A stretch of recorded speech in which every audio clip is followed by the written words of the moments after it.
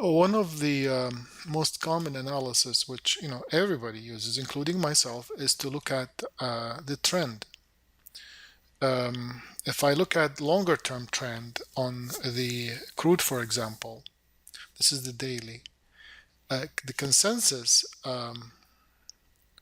the general idea was that on beginning of April, the crude opened with a gap and went high above the previous highs, so indicating a possible reversal. Yes, true, very true. And I was looking for a long, and actually I recommended areas for a long. We realized that there's a chance for the oil to come back down and close the gap, and from there possibly looking for a long, and that's what happened. Now my idea was to grab longs. I usually do this. I would do Fibonacci retracement, and we had levels that we put on the screen for us to watch for, and one of them was the 50%, and the other one was the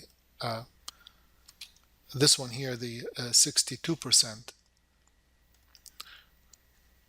So we did have these two levels, and sure enough, the market came back down and touched this level. This was a level that I really liked, and but it was short-lived, as you noticed. If you see on a smaller chart, on a 15-minute chart, the lower level was here, and see how the market bounced off that. Actually, it bounced quite nicely. This is on a hourly chart, so nicely meaning enough to get something, enough to get enough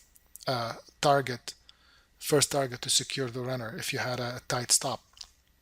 But then at one point it started breaking down, and maybe people might be looking for a continuous long. Maybe they would say that there's a poke in and poke back out. There's an extreme move back up that will indicate a reversal again. But then you have to look at the bigger picture. The bigger picture is on the weekly. If you look at the weekly, do you see how many times the crude bounced off this area? Now, I'm not saying this is now weaker than before. I mean, of course, it could be weaker now, because look how many times we bounced off this area. Sorry about this. Let me just minimize this. See how many times we bounced off this area. If I put a line in this area, we have all these levels. And if I put a line here, but of course, if you notice the power lines as well, they played a big role in this, and also the volume profile. Now, looking at a bigger picture, we realize there's a chance for this line to break, because how many more times it's gonna hold, right? So we had it bouncing from here, but there was one bounce from here, but multiple bounces from here. See, this is on a weekly. So these weekly bounces are very strong.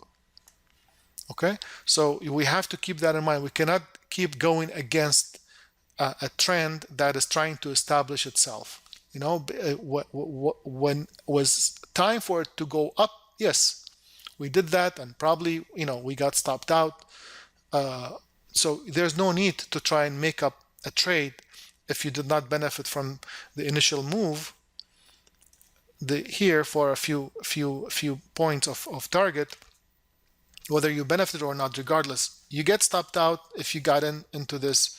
But now the trend might be changing. So now we have to sit back and relax and maybe look at different instrument until finding what's going to happen with the oil and the new personality to this trend. There's also a chance that if you look at this here, I did my Fibonacci from the top, from the bottom here to the top.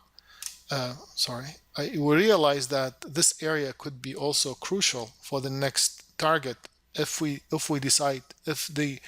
find a reversal down or continuation down. So this could be a target for us if we're looking at oil to come back down to this level, and maybe from here we can reverse it long. Regardless, we cannot now assume anything. We have to wait for it to establish the new trend or the new move, or at least show us something.